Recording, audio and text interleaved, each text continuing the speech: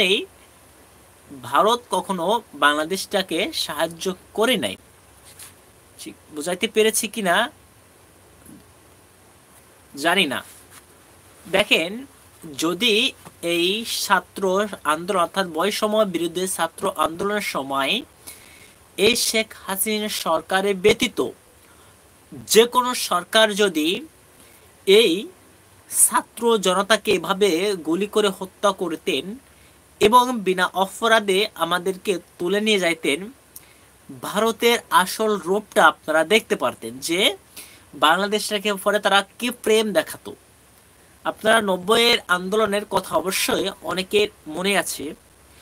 যখন স্বৈরাচার শাসক এরশাদ ক্ষমতায় ছিলেন, তখনই কিন্তু শেখ হাসিনার পক্ষ নিয়ে ভারত বাংলাদেশটাকে একটা হেল্প করেছিলেন। অর্থাৎ যে কাজটা শেখ মুজিবুর দিয়ে ভারত করাইতে পারে নাই, সেটা শেখ হাসিনাকে দিয়ে করাতে চেয়েছিলেন। কিন্তু দুর্ভাগ্য যে শেখ হাসিনার বদলে বেগম খালেদা জিয়া ক্ষমতায় চলে আসার কারণে যে ভারত যে ষড়যন্ত্রটা বাংলাদেশটাকে নিয়ে করেছিল, সেই ষড়যন্ত্রটা একেবারেই বৃথা হয়ে যায়।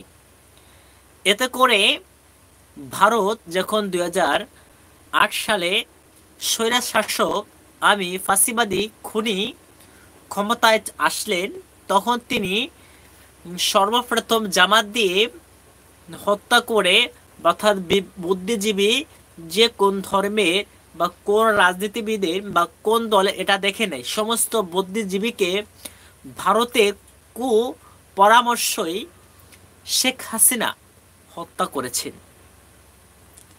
কথাটা আপনারা বেরেন্দে ভাববেন, আপনারা অনেক উত্তেজিত হবেন, আগে কথাগুলো ভাববেন, তারপরে প্রশ্নগুলোর উত্তরগুলো আপনারা কমেন্ট করতে থাকবেন। যে দেখবেন যে যখন জামাত ইসলামকে যখন হত্যা করে ক্ষিপ্ত হলেন, তখন বাংলাদেশের পক্ষ বা বুদ্ধিজীবী ছিলেন পিলখানা অর্থাৎ সেনাবাহিনীর এবং বিডিআরের অসংখ্য মেধাবী ছেলেপেলে, যারা সেনাবাহিনী এবং বিডিআরে কাজ করতেন।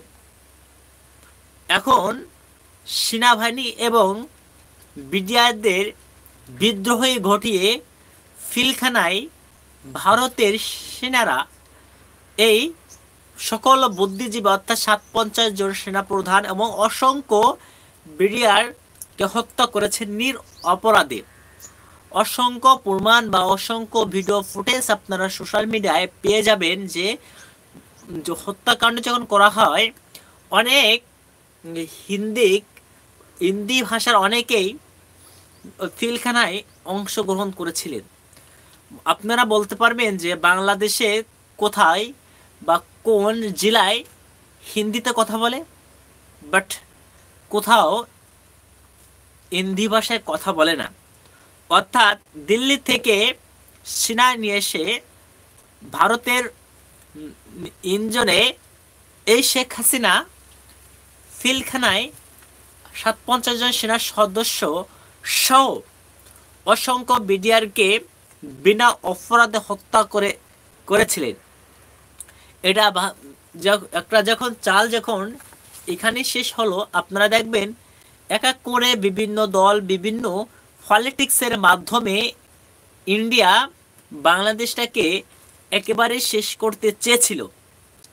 ভাগ্যর কি পরিহাস, ভাগ্যর কি পরিহাস।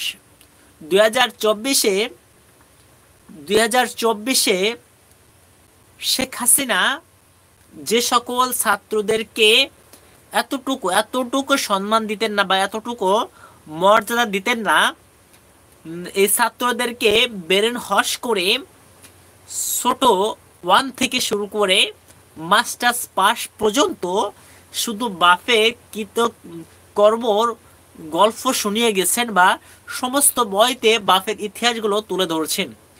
সত্যি দিয়ে মিথ্যা দিয়ে অন্য সকলকে রাজাকার প্রমাণ করে, অন্য সকলকে ভিলেন বানিয়ে নিজের বাপকে নায়ক বানিয়ে যে শেখ হাসিনা নিজে অনেক সেলিব্রিটি হতে চেয়েছিলেন, সেই ছাত্র